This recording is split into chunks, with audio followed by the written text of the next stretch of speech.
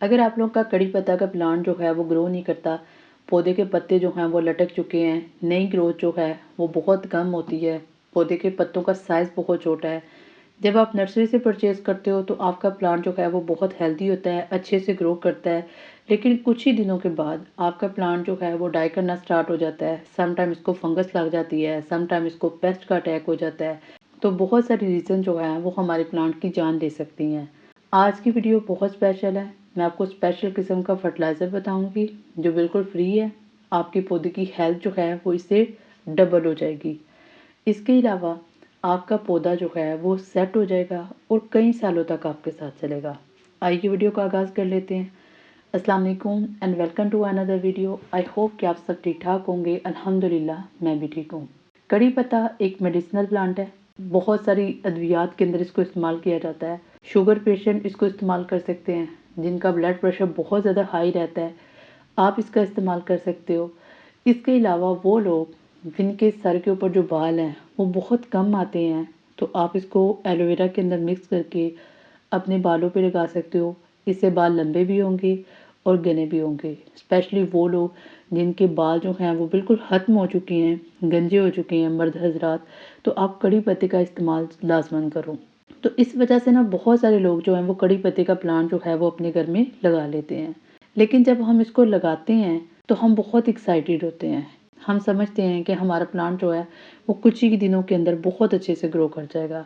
बहुत सारे लोगों का कहना है कि जब हम इसको लाते हैं तो ये बिल्कुल ठीक होता है, लेकिन कुछ टाइम के बाद ये ख़राब होना स्टार्ट हो जाता है और ज़्यादातर ये डाई कर जाता है और हमें हर सीज़न के लिए ये प्लांट ख़रीदना पड़ता है। आप जब भी इसको अपने घर में लगाओ, कोशिश करो गर्मी के मौसम में लगाओ। अगर आप इसको सर्दी के मौसम में लगाते हो तो ये कभी नहीं चलेगा। गर्मी के मौसम में आपने इसको लगाना है। सबसे पहली बात कि जब आप इसको लगा लेते हो तो फिर आपने इसकी 2 चीज़ों का बहुत ख्याल रखना है। एक इसके पानी का और दूसरा सूरज की रोशनी का। सूरज की जो रोशनी होती है वो प्लांट के लिए बहुत इंपॉर्टेंट होती है। इसको पैसिव बचाती है और फोटोसिंथेसिस का अमल जो है वो तेज़ रखती है। और जो दूसरी चीज़ है पानी, अगर आप इसको अच्छे तरीके से पानी देते हो, यानी जब मिट्टी सूख जाती है आप इसको पानी देते हो, तो इससे भी आपका प्लांट बहुत अच्छे से ग्रो करता है। लेकिन क्या होता है कि हम सम टाइम पानी बहुत ज़्यादा देते हैं, जिससे हमारा प्लांट जो है वो डाई कर जाता है, जड़ों को फंगस लग जाती है और फंगस जो है हमारे प्लांट की जान ले लेती है। तो ये 2 काम आपने लाज़मन करने हैं। इसके बाद क्या होता है कि सर्दी का मौसम आता है और सर्दी के मौसम में ये प्लांट बहुत मुश्किल से सर्वाइव करता है।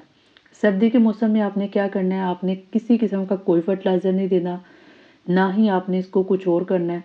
आपने सिंपल इसको ऐसी जगह पे रखना है जहाँ पे ये धुंध से बच सके। अच्छा, आप लोगों ने क्या करना है, जब सर्दी गुजर जाए, जैसे कि मार्च है, तो मार्च के अंदर मैंने इसकी काट-छाँट की है।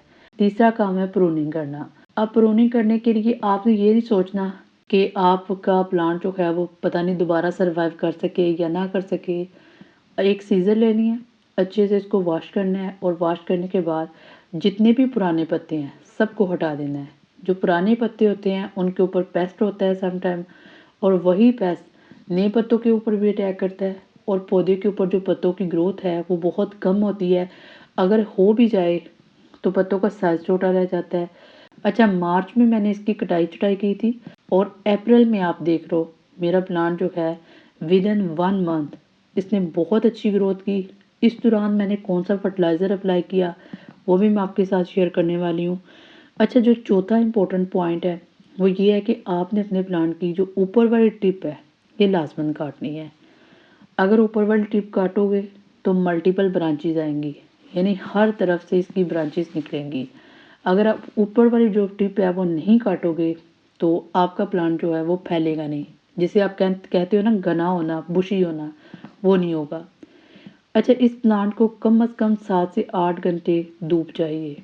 आप इसको छाँव में रखोगे, पत्तों का साइज़ छोटा रहेगा, पौधा बीमार हो जाएगा, फंगस इसको लग जाएगा और डाई कर सकता है इसी से। तो ये काम आपने लाज़मन करना है। 5th इम्पोर्टेंट काम है रीपोर्ट करना।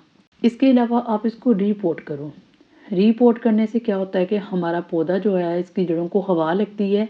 जब इसको हवा लगती है, सूरज की रोशनी लगती है, तो प्लांट जो है वो अपने आप को फ्रेश फील करता है और अच्छे से ग्रोथ करना स्टार्ट करता है। तो आपने ये काम भी करके देखना है। अच्छा, रिपोर्टिंग मैंने क्यों नहीं की? मैंने अभी लास्ट टाइम इस प्लांट को लगाया था, तो मेरे प्लांट के लिए बिल्कुल ठीक है। 12 बाई 12 इंच का ये गमला है, तो इस गमले में ये अच्छे से ग्रो कर सकता है। अगर आपने कोई पुराना प्लांट रखा हुआ है तो कोशिश करो कि 1 या 2 साल के बाद इसका पॉट जो है वो चेंज कर दो, क्योंकि इस प्लांट के लिए बहुत ज़रूरी है इसका पॉट चेंज करना। हर 2 साल के बाद इसकी ग्रोथ अच्छी खासी हो जाती है। अच्छे से प्रूनिंग कर लो। अगर प्रूनिंग नहीं आप करना चाहते, आप चाहते हो कि आपका प्लांट बड़ा हो, ज़्यादा से ज़्यादा ग्रोथ करे, तो आप फिर इसका पॉट चेंज करते रहो। अगर हम फर्टिलाइज़र की बात करें तो आपने कोशिश करनी है कि 1 माह के बाद आप इसको फर्टिलाइज़र देते रहो। अब फर्टिलाइज़र में मैंने 2 चीज़ें इस्तेमाल की हैं, दोनों बहुत ऑर्गेनिक चीज़ें हैं।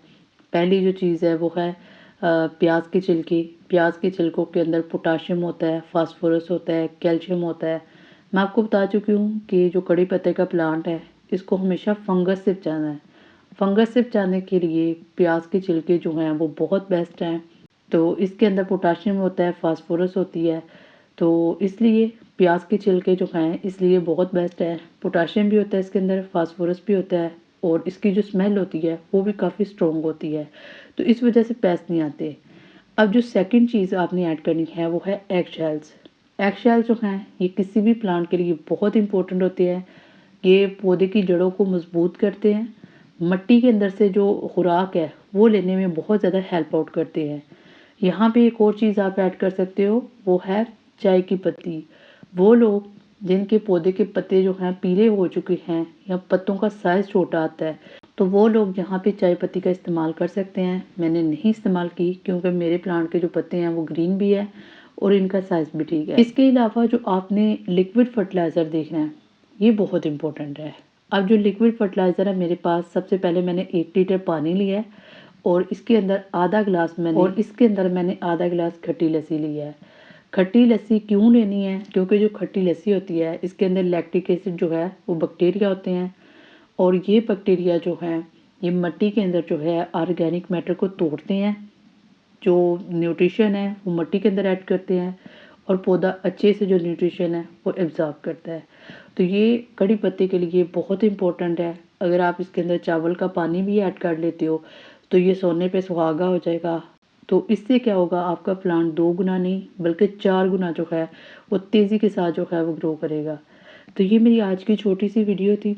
आई होप कि आप सबको अच्छी लगी हो, और मैंने आपको ट्रांसफॉर्मेशन भी दिखाई कि कैसे सर्दी से गर्मी में आप अपने प्लांट को हेल्दी कर सकते हो। इस प्लांट के ऊपर छोटे छोटे फूल भी लगते हैं, और यही फूल जो हैं आगे चल के ये बीज बनते हैं। पौधे को हम बीज की मदद से भी ग्रो करवा सकते हैं और कटिंग की मदद से भी करवा सकते हैं। तो इसके ऊपर मैं एक मुकम्मल डिटेल के साथ वीडियो बनाऊंगी और आपके साथ शेयर करूंगी कि हम इसको कैसे जो है वो ग्रो करवाएं। तो मिलते हैं किसी और वीडियो में, तब तक अल्लाह हाफिज़।